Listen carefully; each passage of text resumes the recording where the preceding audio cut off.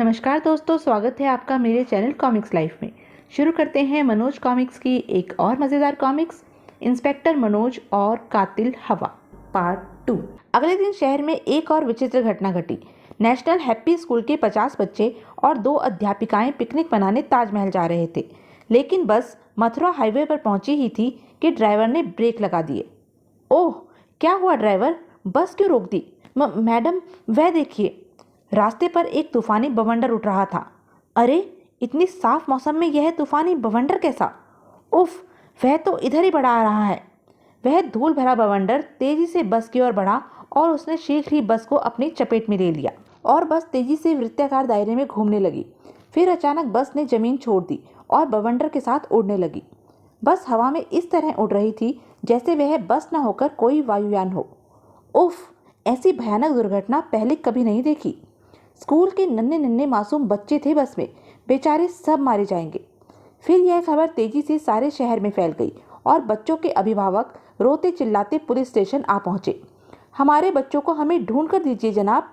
हाँ जनाब, जल्दी कीजिए, पता नहीं हमारे बच्चे कहाँ और किस हाल में होंगे।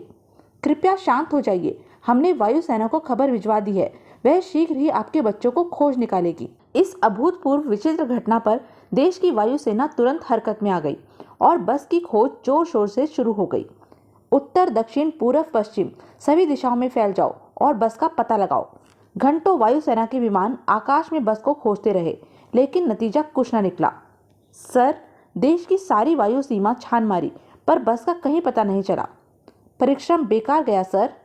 मेरे यान का ईंधन समाप्त होने को है सर। अब क्या आदेश है? मजबूरी है, सब लैंड करो। Yes sir. राजधानी में पुलिस हेडक्वार्टर में एक आपातकालीन मीटिंग हुई। सभी पुलिस अधिकारी स्कूली बस के एक तूफान में फंसकर गायब हो जाने पर तरह तरह की अटकलें लगा रहे थे। तभी इंस्पेक्टर मनोज ने पिछली घटित घटनाओं का सविस्तार वर्णन कर अपने विचार व्यक्त किए। मैं इस संदर्भ में बयान कर चुका हूँ। मेरा ख्याल है कि बस किसी तूफान में फंसकर लापता नहीं हुई है, वरन उसका सुनियोजित ढंग से अपहरण किया गया है, उसी अदृश्य अपराधी के द्वारा, जिसे मैंने फिलहाल कातिल हवा का नाम दिया है। कातिल हवा? कातिल हवा? साथियों, राजनीतिक दबाव पुलिस पर पड़ रहा है। जनता में भी इस अजीबोगरीब घटना से तरह तरह की अफवाहें फैल रही हैं। वह पुलिस से बहुत सी आशाएं रखे हुए हैं, लेकिन आशाएं पूरी न होते देख उनमें रोष फैल रहा है। ऐसे में पुलिस डिपार्टमेंट की प्रतिष्ठा दांव पर लगी है। इंस्पेक्टर मनोज, तुम एक काबिल पुलिस ऑफिसर हो। मैं यह केस तुम्हें सौंप रहा हूँ।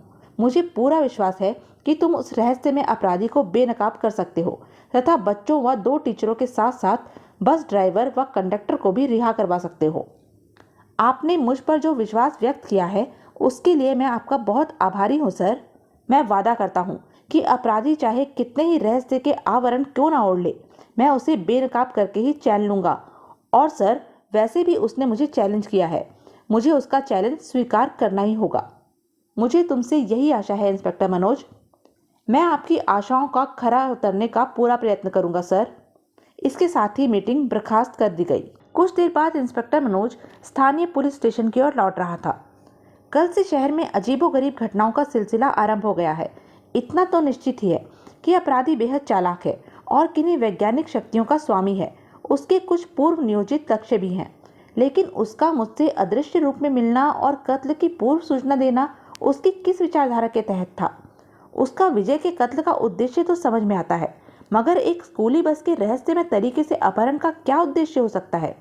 मगर सबसे पहले तो मुझे यही निश्चित करना होगा कि बस का अपहरण वास्तव में उसी ने ही किया है या किसी और ने। इन घटनाओं का एक दूसरे से क्या संबंध है? दूसरे, मैं किस प्रकार उस तक पहुंच सकता हूं? और विचारों में खोए इंस्पेक्टर मनोज ने जैसे ही अपने केबिन में कदम रखा, हाँ, आओ आओ इंस्पेक्टर, मैं तुम्हारा ही इंतजार कर रही थी। तुम? हाँ, मैं इंस्पेक्टर, जिसे तुमने मैडम हवा का नाम दिया है। क्षमा करें मैडम, यह नाम पुराना हो चुका है। यदि तुम्हारा नया नाम कातिल हवा रखा जाए तो कैसा रहेगा? एक ठहाका फिर गूंजा केबिन में। इंस्पेक्टर मनोज को लगा जैसे वह ठहाका केबिन की दीवारों से भी गूंजा है, छत से भी और फर्श से भी, जैसे शक्तिशाली माइक्रोफोनों से सारा केबिन भरा पड़ा हो। हाँ, कातिल हवा, बहुत खूब इंस्पेक्टर, यह नाम मुझे बहुत पसंद आया। इसे छोड़ो और वह कहो जो तुम कहना चाहती हो। क्या आज भी तुम किसी कत्ल की सूचना देने आई हो? नहीं, आज मैं तुम्हें बधाई देने आई हूँ कि मुझे गिरफ्तार करने का काम तुम्हें सौंपा गया है। ओह, तो तुम यह राज भी जान चुकी हो। दुनिया में कब क्या होता है इसकी सूचना मुझे हर पल मिलती रहती है। इस जानकारी के लिए धन्यवाद। लेकिन मैडम, जब तुम्हारा ना तो कोई रूप है ना कोई आकार, जब तुम देखी नहीं जा सकती, तब मैं तुम्हें गिरफ्तार कैसे कर पाऊंगा? तो छोड़ो इस झमेले को। क्या रखा है 1000-1200 रुपये की पुलिस की नौकरी में? मेरी छत्र छाया में रहकर मेरे लिए काम करो, फिर देखो कि मैं तुम्हें कहाँ से कहाँ पहुँचा देती हूँ। धन्यवाद। फिलहाल तो मैं जहाँ हूँ वहीं अच्छा हूँ। फिर तुम तो ठहरी हवा, पता नहीं कब कहाँ उड़ा ले जाओ, उस स्कूल की बस की तरह। ओह, तो तुमने इस रहस्य को भी मालूम कर लिया है कि उसका संबंध मुझसे है। क्या यह सच नहीं? सच है, तुम्हारा अनुमान बिल्कुल सही है। इस सूचना का भी धन्यवाद। वैसे मैंने तो कुछ कुछ अनुमान ही लगाया था, लेकिन अब निश्चित रूप से सोचता हूँ कि तुम्हारे सिवाय और कौन शूरमा ऐसा कर सकता है। लेकिन एक बात बताओ मैडम कातिल हवा, विजय का कत्ल करके तो तुमने 5 करोड़ के हीरे प्राप्त किए, मगर उस स्कूल की बस का अपहरण करके तुम्हें क्या प्राप्त होगा? तुम्हारी सरकार 50 बच्चों की जान की कुछ भी कीमत दे सकती है। ओह, मगर चिंता मत करो, मैं कोई फिरौती की मांग नहीं करूंगी। हाँ, बच्चे जरूर कत्ल कर दिए जाएंगे। कातिल हवा की यह घोषणा सुनकर इंस्पेक्टर मनोज तड़प उठा। लगता है तुम्हें कत्ल करने का बहुत शौक है। कितने घिनौने कृत्य कर रही हो तुम, क्या तुम्हें इसका एहसास है? अदब से बात करो इंस्पेक्टर, वरना तुम्हारा भी वही हाल होगा जो विजय का हुआ था। सुनो, तुम मेरे बारे में कुछ ज़्यादा ही जानने की चेष्टा कर रहे हो। तुम्हें मेरी यही सलाह है कि मेरे बारे में अपनी तफ्तीश बंद कर दो। मुझे धमकी दे रही हो? धमकी भी और एक नेक सलाह भी। मुझे पहले से ही मालूम था कि मेरे मार्ग में अगर कोई व्यक्ति रुकावट डालने की चेष्टा कर सकता है तो वह इंस्पेक्टर मनोज हो सकता है। इसलिए सर्वप्रथम मैंने तुम्हें ही अपनी शक्तियों से परिचित करवाया था, ताकि तुम मेरी शक्ति को देखकर इस केस में हाथ न डालो। लेकिन अफसोस, ऐसा हुआ नहीं। मेरी चेतावनी हमेशा याद रखना इंस्पेक्टर, वरना मौत को हमेशा अपने करीब ही पाओगे। अच्छा, अब मैं चलती हूँ, बाय। जरूर खिड़की पर कोई है। इंस्पेक्टर मनोज खिड़की की ओर झपटा और ओह, वही रहस्यमय विशाल पक्षी। यह पक्षी भी कम महत्वपूर्ण नहीं है। कातिल हवा के साथ इसकी उपस्थिति तथा घटनास्थल पर इन पक्षियों का पाया जाना बहुत कुछ इंगित करता है। तभी हवलदार वीर बहादुर ने केबिन में प्रवेश किया। आप आकाश में क्या देख रहे हैं सर? ओह, तुम्हारे उस शैतानी पक्षी को देख रहा था। अच्छा, कहाँ है? मुझे भी दिखाइए।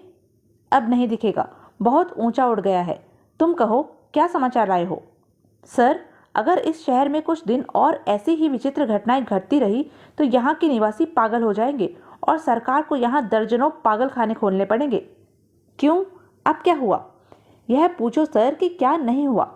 पहेलियाँ मत बुझाओ, सीधी तरह से बताओ। सीधी तरह से क्या बताऊं सर, सब कुछ तो उल्टा सीधा और टेढ़ा मेढ़ा चल रहा है।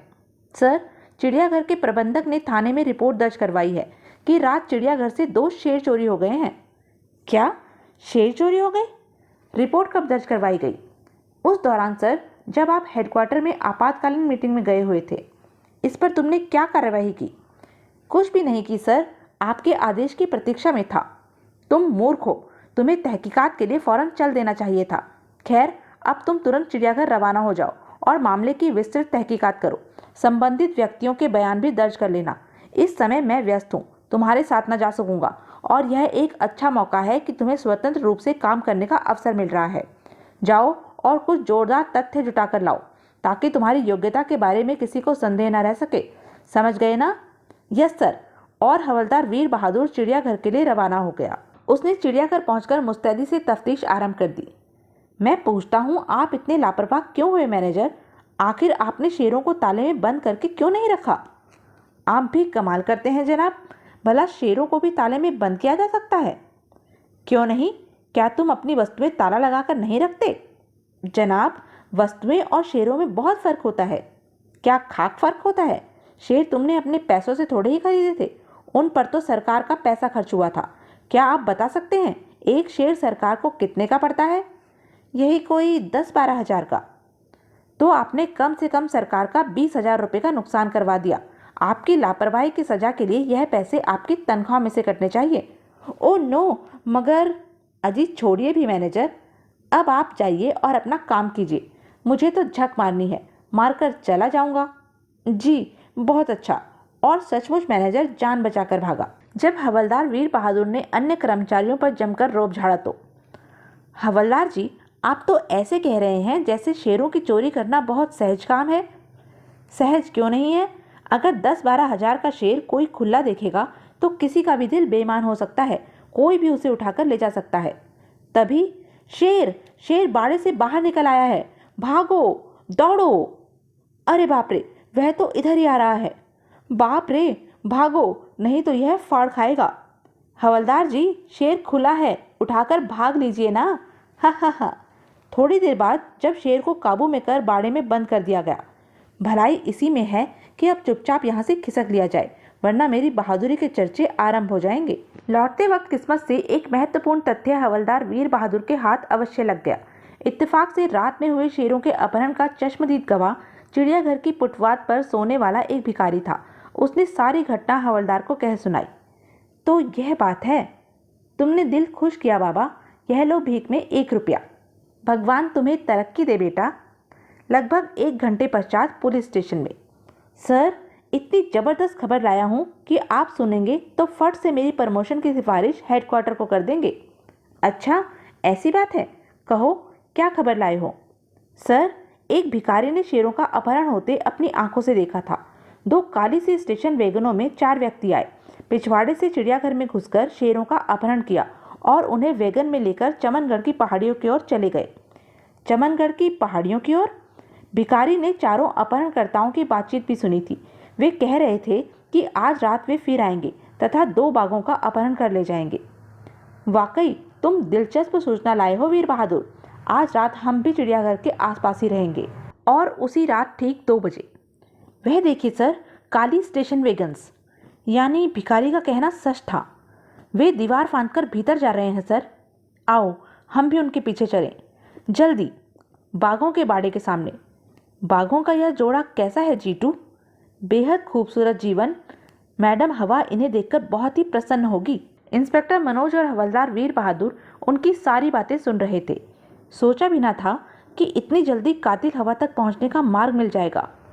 लेकिन सर, बाघों के अपहरण का प्रयोजन क्या हो सकता है? आहिस्ता। और वे बाघों को हरेंगे कैसे? बाघ उन्हें फाड़ न खाएंगे सर? चुपचाप देखते रहो, सब मालूम हो जाएगा।